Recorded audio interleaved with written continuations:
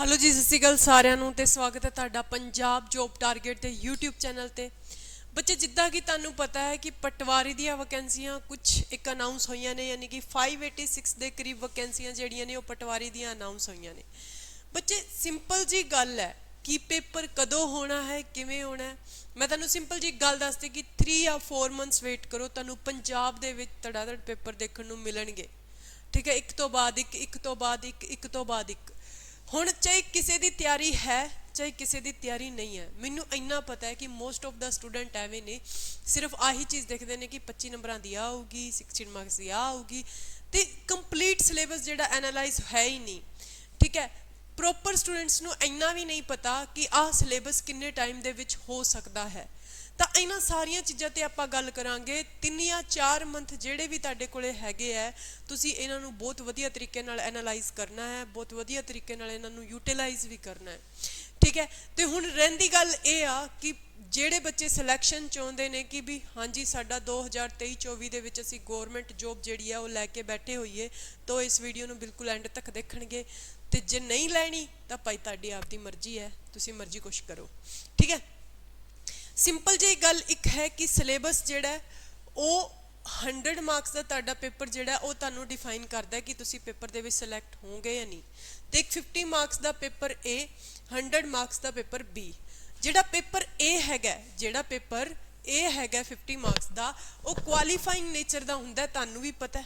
25 marks ਜੇ ਤੁਹਾਡੇ ਇਸ ਪੇਪਰ ਦੇ ਵਿੱਚ ਆਣਗੇ ਤਾਂ ਤੁਹਾਡਾ 100 ਮਾਰਕਸ ਦਾ ਜਿਹੜਾ B ਪੇਪਰ ਹੈ ਉਹ ਤੁਹਾਡਾ ਚੈੱਕ ਹੋਊਗਾ, ਯਾਨੀ ਕਿ ਇੱਥੇ ਜਾਣ ਵਾਸਤੇ ਤੁਹਾਨੂੰ ਇਹਨੂੰ ਕ੍ਰੋਸ ਕਰਨਾ ਪਊਗਾ। ਤਾਂ 25 ਮਾਰਕਸ ਤੁਸੀਂ ਲੈ ਲਓਗੇ, ਮੈਨੂੰ ਪਤਾ ਹੈ। ਔਰ ਜਿਨ੍ਹਾਂ ਦੇ 25 ਮਾਰਕਸ ਨਹੀਂ ਆਣੇ ਉਹ ਅੱਗੇ ਬਾਰੇ ਨਹੀਂ ਸੋਚ ਸਕਦੇ, ਇਸ ਕਰਕੇ ਪੰਜਾਬੀ ਨੂੰ ਬਹੁਤ ਵਧੀਆ ਤਰੀਕੇ ਨਾਲ ਕਰਨਾ। ਸਮਝ ਗਏ? ਹੁਣ ਰਹੀ ਗੱਲ ਸਿਲੇਬਸ ਦੀ ਕਿ ਆ 100 ਮਾਰਕਸ ਦਾ ਹੈ, ਨੈਗੇਟਿਵ ਮਾਰਕਿੰਗ 1/4 ਇੱਥੇ ਹੈਗੀ ਹੈ। 100 ਹੀ ਕੁਐਸਚਨ ਤੁਹਾਨੂੰ ਮਿਲਣਗੇ, 100 ਹੀ ਮਾਰਕਸ ਦੇ ਹੋਣਗੇ। ਇਸ ਚੀਜ਼ ਨੂੰ ਤੁਸੀਂ ਧਿਆਨ ਰੱਖਣਾ। ਹੁਣ ਸਿਲੇਬਸ ਹੈ ਕੀ, ਇਹ ਆਪਾਂ ਪਿੱਛੇ ਵੀ ਡਿਫਾਈਨ ਕੀਤਾ ਸੀਗਾ, ਬਟ ਹੁਣ ਅੱਜ ਆਪਾਂ ਬਹੁਤ ਬਰੀਕੀ ਨਾਲ ਇਹਨਾਂ ਚੀਜ਼ਾਂ ਨੂੰ ਦੇਖਣਾ। ਤਾਂ ਤੁਸੀਂ 1 ਸੈਕਿੰਡ ਲਗਾ ਕੇ ਆਪਾਂ PDF ਨੂੰ ਕਰ ਲੈਂਦੇ ਹਾਂ ਅਪਲੋਡ। ਆ ਹੈਗੀ ਆਪਣੇ ਕੋਲੇ PDF। ਠੀਕ ਹੈ, ਤਾਂ ਬੱਚੇ ਸਿੰਪਲ ਜੀ ਗੱਲ ਆ ਹੈ ਕਿ final plan of written examination, ਇਹ PSSB ਦਾ ਸਿਲੇਬਸ ਹੈ। ਚਾਹੇ ਤੁਸੀਂ ਐਕਸਾਈਜ਼ ਦਾ ਪੇਪਰ ਦੇ ਦਿਓ, ਚਾਹੇ ਤੁਸੀਂ ਫੂਡ ਸਪਲਾਈ ਇੰਸਪੈਕਟਰ ਦਾ ਪੇਪਰ ਦੇ ਦਿਓ, ਚਾਹੇ ਪਟਵਾਰੀ ਦਾ ਦੇ ਦਿਓ, ਚਾਹੇ VDO ਦਾ ਦੇ ਦਿਓ, ਚਾਹੇ ਤੁਸੀਂ ਸੀਨੀਅਰ ਅਸਿਸਟੈਂਟ ਦਾ ਦੋਗੇ, ਸਭ ਵਾਸਤੇ ਸਿਲੇਬਸ ਜਿਹੜਾ ਹੈ ਆਹੀ ਰਹੂਗਾ, same and same and same. ਸਮਝ ਗਏ? ਹੁਣ final plan of written examination ਹੈ ਕੀ, final plan of written examination ਹੈ ਕੀ, ਉਸ ਚੀਜ਼ ਤੇ ਆਪਾਂ ਦੇਖਣਾ। ਦੇਖੋ ਫਾਈਨਲ ਪਲਾਨ ਕੀ ਹੈ ਉਹ ਆਪਾਂ ਚੈੱਕ ਕਰਦੇ ਹਾਂ ਕੀ ਹੈ। ਭਾਈ ਕੀ ਹੋ ਗਿਆ, ਕੀ ਹੋ ਗਿਆ, ਕੀ ਹੋ ਗਿਆ? ਇੱਕ ਸੈਕਿੰਡ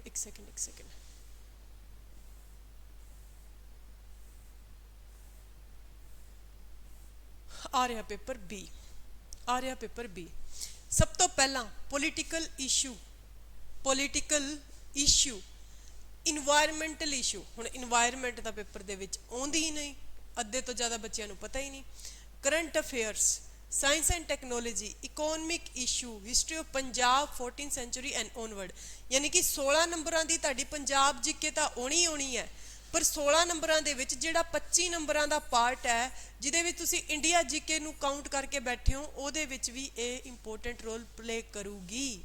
ਠੀਕ ਹੈ, ਉਸ ਤੋਂ ਬਾਅਦ history of India with special reference to Indian freedom, ਇੱਥੇ ਥੋੜਾ ਜਿਹਾ ਧਿਆਨ ਦਿਓ। ਐਂਸੀਐਂਟ ਹਿਸਟਰੀ ਪੜ੍ਹਨ ਦੀ ਕੋਈ ਲੋੜ ਨਹੀਂ, ਪੰਜਾਬ ਦੇ ਵਿੱਚ ਹੀ ਪੜ੍ਹ ਲਓਗੇ। ਤੁਸੀਂ ਪੜ੍ਹਨੀ ਹੈ ਮਾਡਰਨ ਹਿਸਟਰੀ, ਜਿਹਦੇ ਵਿੱਚ ਫਰੀडम ਵਾਸਤੇ ਲੜੇ ਹੋਏ ਸੀਗੇ, ਜਿੰਨੇ ਵੀ ਫਰੀडम ਮੂਵਮੈਂਟ ਹੋਏ ਨੇ, ਜਿੰਨੇ ਵੀ ਐਕਟ ਹੋਏ ਸੀ, ਉਹ ਸਾਰੇ ਦੀਆਂ ਸਾਰੀਆਂ ਚੀਜ਼ਾਂ ਜਿਹੜੀਆਂ ਨੇ ਉਹ ਪੇਪਰ ਦੇ ਵਿੱਚ ਦੇਖਣ ਨੂੰ ਮਿਲਣਗੀਆਂ।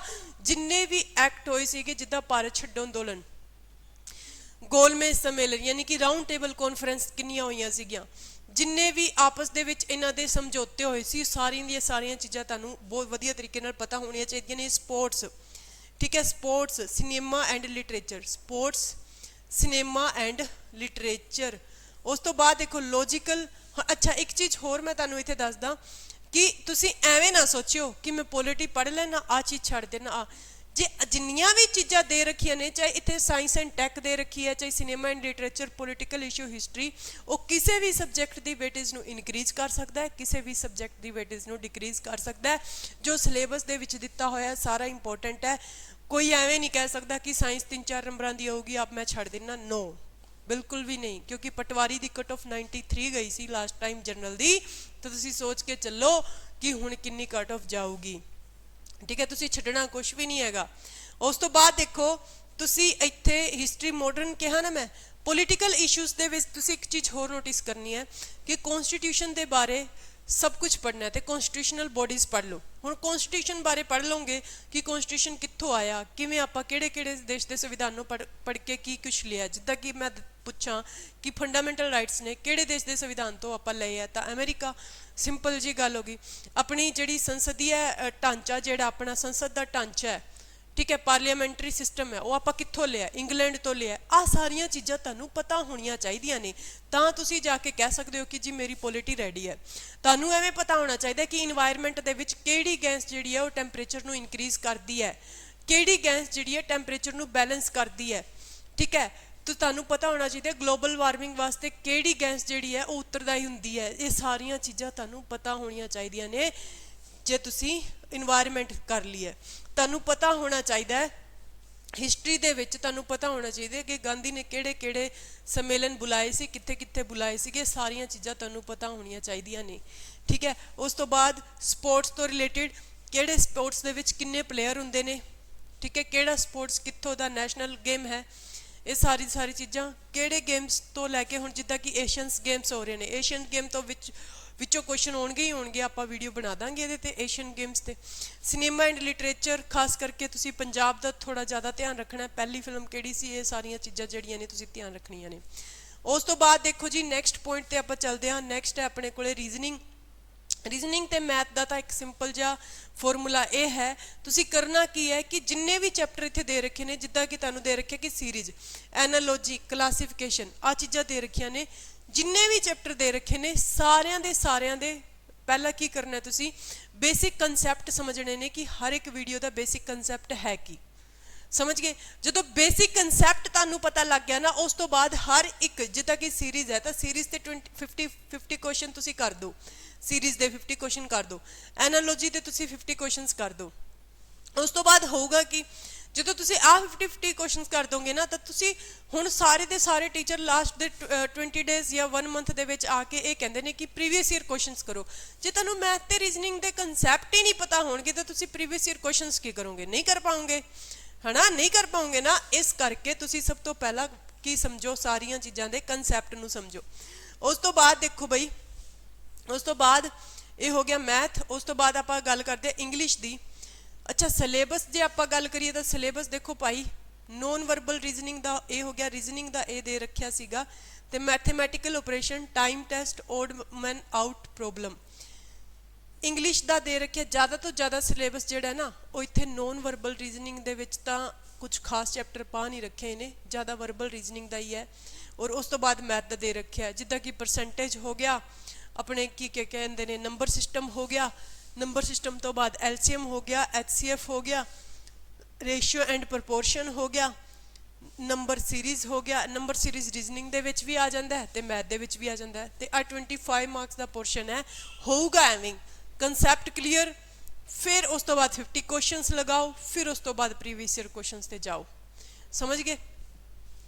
इंग्लिश की जे आपां गल करिए तो पहली चीज़ देखो जिहड़ी मैं इस सिलेबस दे विच देखी है, लिख रखिया बेसिक ग्रामर। देखो फिर इन्हें जिहड़े चैप्टर दे रखे subject and verb, adjective, adverbs, आ सारे दे सारे बेसिक ग्रामर दे विच ही आउंदे ने। बाद वालियां लैना तो इन्हें एवं सिलेबस वधाउण वास्ते लिखी है।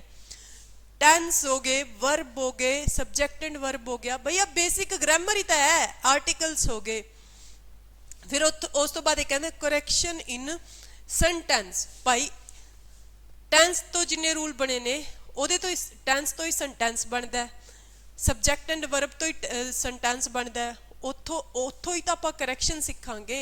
तो भाई इस चीज़ ते तुसी फोकस करो। बेसिक ग्रामर दे विच टेंस आंदे है, सबजैक्ट एंड वर्ब एग्रीमेंट आंदे है, उस तो बाद subject simply, verb simply, adverb simply prepositions, ਠੀਕ ਹੈ, ਆਰਟੀਕਲਸ, ਐਡਜੈਕਟਿਵਸ, ਇਹ ਸਾਰੀਆਂ ਚੀਜ਼ਾਂ ਪੜ੍ਹ ਕੇ ਤੁਸੀਂ ਫਿਲ ਇਨ ਦਾ ਬਲੈਂਕਸ ਵੀ ਕਰ ਸਕਦੇ ਹੋ, ਤੁਸੀਂ ਸੈਂਟੈਂਸ ਕਰੈਕਸ਼ਨ ਵੀ ਕਰ ਸਕਦੇ ਹੋ, ਨਰੇਸ਼ਨ ਹੋ ਗਏ, ਵੌਇਸ ਹੋ ਗਏ, ਇਹ ਸਾਰੀਆਂ ਚੀਜ਼ਾਂ ਤੁਹਾਨੂੰ ਕਰਨੀਆਂ ਪੈਣਗੀਆਂ। ਮੈਮ ਬਹੁਤ ਵਧੀਆ ਤਰੀਕੇ ਨਾਲ ਆਪਣੀ ਐਪਲੀਕੇਸ਼ਨਸ 'ਤੇ ਕਰਵਾ ਰਹੇ ਨੇ ਮੈਥ ਤੇ ਇੰਗਲਿਸ਼। ਤੁਸੀਂ ਜਾ ਕੇ ਕੋਰਸ ਪਰਚੇਜ ਕਰ ਸਕਦੇ ਹੋ, ਕੋਈ ਜ਼ਿਆਦਾ ਕੋਸਟਲੀ ਆਪਾਂ ਰੱਖਿਆ ਨਹੀਂ। ਪਟਵਾਰੀ ਦਾ 499 ਦਾ ਤੇ ਵੀਡੀਓ ਦਾ 449 ਦਾ। ਬਾਕੀ ਤੁਹਾਡੀ ਇੱਛਾ ਹੈ, ਆਪਾਂ ਜ਼ਿਆਦਾ ਕੋਰਸ ਇੱਥੇ ਪ੍ਰਮੋਟ ਕਰਾਂਗੇ ਨਹੀਂ ਇਸ ਵੀਡੀਓ ਦੇ ਵਿੱਚ। ਪੰਜਾਬੀ ਸ਼ੁੱਧ ਅਸ਼ੁੱਧ, ਸ਼ਬਦ ਜੋੜ, ਅਗੇਤਰ, ਪਿਛੇਤਰ, ਆਹੀ ਚੀਜ਼ਾਂ ਜਿਹੜੀਆਂ ਨੇ ਇਹ ਪੇਪਰ ਏ ਦੇ ਵਿੱਚ ਪੜ੍ਹਨੀਆਂ ਨੇ, ਆਹੀ ਚੀਜ਼ਾਂ ਪੇਪਰ ਬੀ ਪੰਜਾਬੀ ਦੇ ਪੋਰਸ਼ਨ ਦੇ ਵਿੱਚ ਪੜ੍ਹਨੀਆਂ ਨੇ। ਬਹੁਤ ਆਸਾਨ ਜਿਹੀਆਂ ਚੀਜ਼ਾਂ ਨੇ। ਅੰਗਰੇਜ਼ੀ ਤੋਂ ਪੰਜਾਬੀ ਅਨੁਵਾਦ, ਪੰਜਾਬੀ ਤੋਂ ਅੰਗਰੇਜ਼ੀ ਅਨੁਵਾਦ, ਇਹ ਪੇਪਰ ਦੇ ਵਿੱਚ ਪੁੱਛਿਆ ਜਾਊਗਾ। ਬਹੁਤੇ ਸ਼ਬਦਾਂ ਦੀ ਥਾਂ ਤੇ ਇੱਕ ਸ਼ਬਦ, ਉਹੀ ਵਨ ਵਰਡ ਸਬਸਟੀਟਿਊਸ਼ਨ ਜੇ ਤੁਸੀਂ ਇੰਗਲਿਸ਼ 'ਚ ਕਰ ਲਓਗੇ ਉਹੀ ਤੁਹਾਨੂੰ ਕੰਮ ਆ ਜਾਣਗੇ ਪੰਜਾਬੀ ਦੇ ਵਿੱਚ। ਉਸ ਤੋਂ ਬਾਅਦ ICT ਮਾਰਕਸ ਨੇ ਜੀ 9, ਬਹੁਤ ਇੰਪੋਰਟੈਂਟ ਰੋਲ ਪਲੇ ਕਰਦਾ ਹੈ ਪੇਪਰ ਨੂੰ ਸਿਲੈਕਸ਼ਨ ਵਾਸਤੇ। ਬੇਸਿਕਸ ਆਫ ਕੰਪਿਊਟਰ, ਯਾਨੀ ਕਿ ਬੇਸਿਕ ਚੀਜ਼ਾਂ ਕੰਪਿਊਟਰ ਦੀਆਂ ਤੁਸੀਂ ਪੜ੍ਹਨੀਆਂ ਨੇ। Network and internet, use of office productivity tools, office productivity tools ਯਾਨੀ ਕਿ ਜਦੋਂ ਤੁਸੀਂ ਆਫਿਸ 'ਚ ਵਰਕ ਕਰਦੇ ਹੋ ਤਾਂ ਤੁਸੀਂ ਕਿਵੇਂ ਟੇਬਲ ਬਣਾਉਂਦੇ ਹੋ, ਕਿਵੇਂ ਕੋਲਮ ਬਣਾਉਂਦੇ ਹੋ। ਜਿੱਦਾਂ ਤੁਹਾਨੂੰ ਕਹਤਾ ਕਿ ਤੁਸੀਂ ਐਕਸਲ ਦੀ ਇੱਕ ਫਾਈਲ ਰੈਡੀ ਕਰੋ ਤਾਂ ਤੁਹਾਨੂੰ ਪਤਾ ਹੋਣਾ ਚਾਹੀਦਾ ਹੈ ਕਿ ਕਿੰਨੇ ਕੋਲਮਸ ਹੁੰਦੇ ਨੇ, ਕਿੰਨੀਆਂ ਮਤਲਬ ਕਿ ਰੋਜ਼ ਹੁੰਦੀਆਂ, ਉਹ ਸਾਰੀਆਂ ਚੀਜ਼ਾਂ। ਪਾਵਰ ਪੁਆਇੰਟ ਦੇ ਬਾਰੇ ਨੌਲੇਜ, ਇਹ ਸਾਰੀਆਂ ਚੀਜ਼ਾਂ ਜਿਹੜੀਆਂ ਨੇ ਪੇਪਰ ਦੇ ਵਿੱਚ ਆਉਣਗੀਆਂ, ਠੀਕ ਹੈ। ਹੁਣ ਕਰਨਾ ਕਿਵੇਂ ਹੈ, ਸਿਲੇਬਸ ਪਤਾ ਲੱਗ ਗਿਆ। ਇੱਕ ਟਾਈਮ ਸੈੱਟ ਕਰੋ ਪ੍ਰੋਪਰਲੀ ਕਿ ਮੈਂ ਇੰਨੇ ਦਿਨਾਂ ਦੇ ਵਿੱਚ ਜੇ ਮੈਂ ਇੰਨਾ ਟਾਈਮ ਦੇਵਾਂ ਹਰ ਡੇਲੀ ਤਾਂ ਮੈਂ ਆਹ ਸਾਰਾ ਦਾ ਸਾਰਾ ਸਿਲੇਬਸ ਜਿਹੜਾ ਉਹ ਬਹੁਤ ਵਧੀਆ ਤਰੀਕੇ ਨਾਲ ਕਵਰ ਕਰ ਸਕਦਾ ਹਾਂ। ਸਮਝ ਗਏ।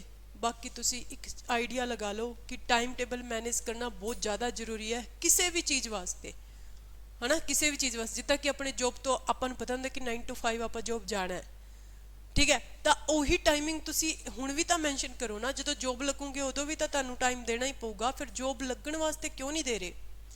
ਟਾਈਮ ਦਿਓ ਤੇ ਰਿਜ਼ਲਟ ਪਾਓ। ਬਾਕੀ ਵੀਡੀਓ ਵਧੀਆ ਲੱਗੀ ਹੋਏ ਤੇ ਲਾਈਕ ਕਰ ਦਿਓ ਤੇ ਸ਼ੇਅਰ ਵੀ ਕਰ ਦਿਓ। ਬਾਕੀ ਹੋਰ ਕਲਾਸਿਸ ਅਸੀਂ ਲੈ ਕੇ ਆਵਾਂਗੇ। Thank you so much.